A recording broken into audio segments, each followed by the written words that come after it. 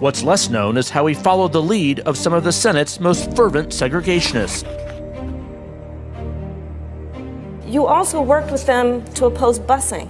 And I happen to think that the one way to ensure that you set the civil rights movement in America further back is to continue to push busing. He also said he didn't want his children going to school in a racial jungle. Didn't want integration. He was for segregation. Biden wrote, "My bill strikes at the heart of the injustice of court-ordered busing," and receives support from Mississippi Senator James Eastland, the Democratic chairman of the Judiciary Committee and a leading symbol of Southern resistance to desegregation. He frequently spoke of blacks as, quote, an inferior race.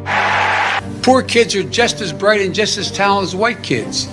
Meaning that black, brown, red, yellow are poor. When he thinks poor, he doesn't think white at all. He's thinking about you and me.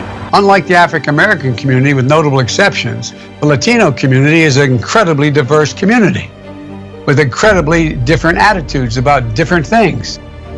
He thinks we are all the same? Matter of fact, if the man isn't a racist, why did he speak at the KKK members' eulogy? He was a friend, he was a mentor, and he was a guy. Robert Byrd, that's where Biden comes from. So I'm not going to even say the stuff Biden said. It's in news articles. Let's be very clear that the senators that he is speaking of with such adoration are individuals who made and built their reputation on segregation. But Brown saw these things at these think tank meetings where he's like, like Biden's saying, like, we're not letting these cockroaches in the school.